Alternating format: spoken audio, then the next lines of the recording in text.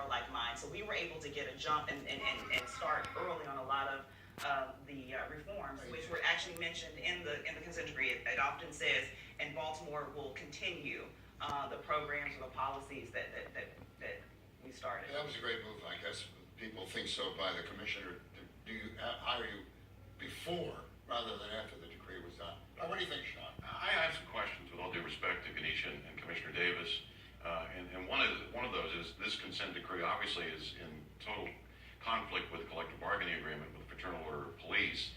They don't seem to be too happy about the consent decree. And regarding the officers on the street, if you've got to sit out and fill out a form on the street before making it or on a stop and when you're asking or interrogating somebody, or you have to call for a supervisor before you make some arrests, they're going through this in Chicago right now. Chicago has exploded this year, and some of the police officers, rank and file, are blaming these kinds of policies. So just real quick. So it's not correct that the FOP is that the consent decree is in total contradiction.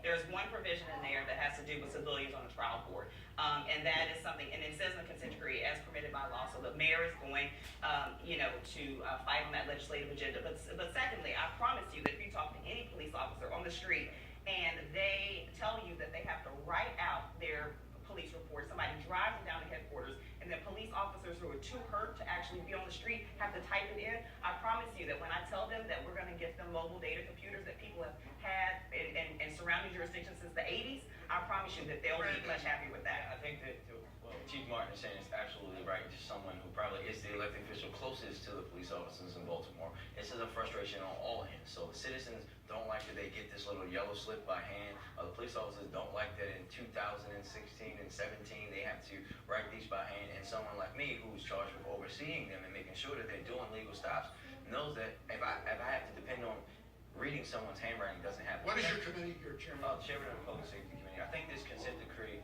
is a roadmap for reform for us. It has great things. It has a lot of things that we're already doing.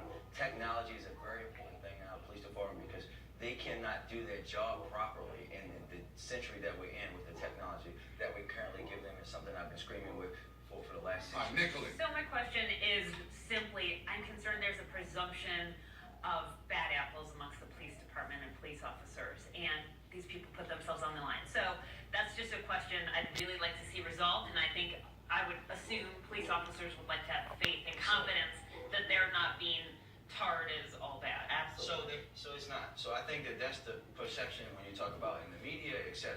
If you go to communities, if you go to the average citizen, I always say that this is absolutely true. I don't get complaints, rarely get complaints about bad police officers from citizens.